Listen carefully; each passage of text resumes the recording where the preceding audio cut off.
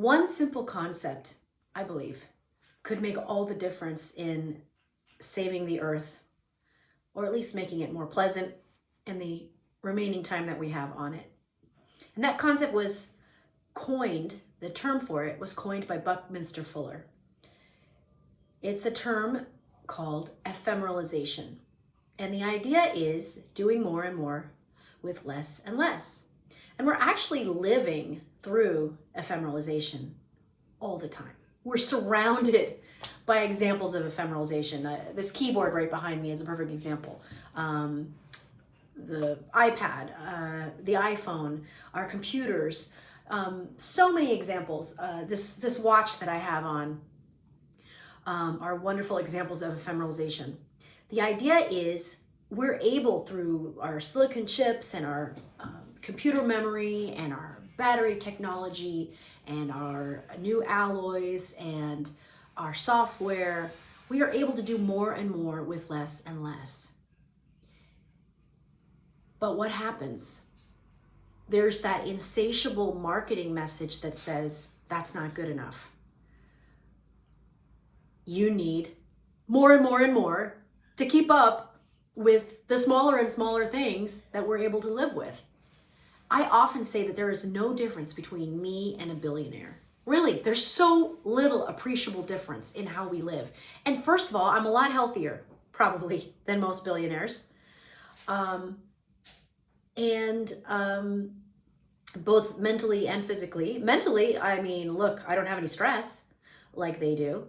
That's for sure. So even if you're going to say there's that billionaire who's trying to not die, I guarantee you that person has a lot of stress, mental stress in their life as they're striving towards that goal. And I don't have that. I am a billionaire. I'm a time billionaire. And I intend to use that time as best that I can, not by acquiring more things. Now, I love toys. I will be the first to say that. I love my musical toys, my musical gear.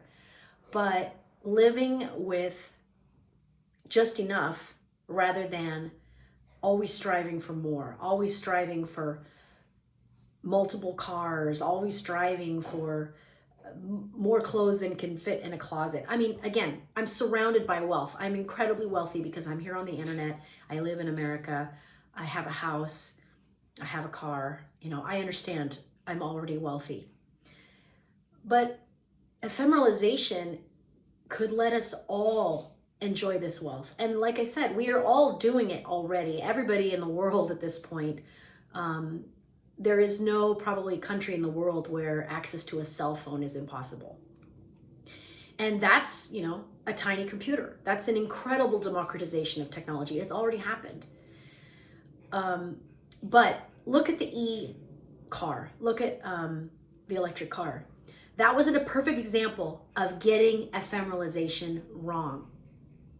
The ticket to a better lifestyle, less polluting, less dangerous, happier, more economical, faster traveling lifestyle is not the electric car.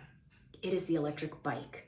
The electric bike is the car replacement we have been looking for. And I'll tell you what, I own an electric bike and I freaking love it. I got this bike last year. I've already put 1,000 miles on it. And it is absolutely a car replacement.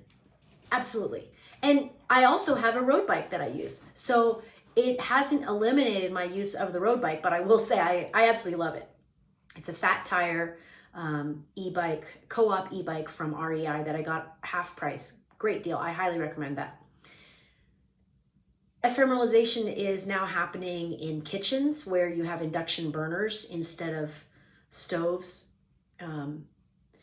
Ephemeralization, I think, will continue to progress where we're going to see devices that are... ephemeralization has happened in the office space, right? So people started to use Zoom and do remote work instead of commuting. That's been wonderful for reducing pollution. Ephemeralization, I think, will mean that medical devices will become smaller and smaller, more portable, and everybody in their house, it'll be like that movie Elysium. People will have access to scanners like Star Trek's tricorder. You're going to have access to a scanner that will tell you your health. Look at basic things. Think about the things that we need to know that are huge markers for your health. Your blood pressure, your heart rate, your breathing and your chest sounds, your blood sugar, maybe some other types of lab tests. All of these things are going to be accessible to everyone. We're going to be able to prevent so much disease that way. We're going to be able to bring energy creation to the individual. And we're already doing that with portable solar panels, with portable batteries. So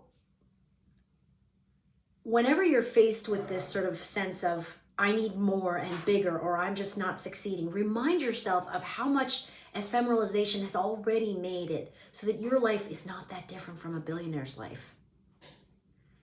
You already have access to most of the same technology that they have access to. Sure, they're using scale to round up human labor and keep all of the wealth to themselves. I don't begrudge them what they're doing. I don't need it. I just want more musical gear and for cheaper. So on this Earth Day, please consider ephemeralization. Remind yourself that you don't need bigger and more things. Doing more and more with less and less, as Buckminster Fuller envisioned, is our path to being happier, healthier, having a cleaner planet, saving the animals, saving the air, and enjoying life. Cheers.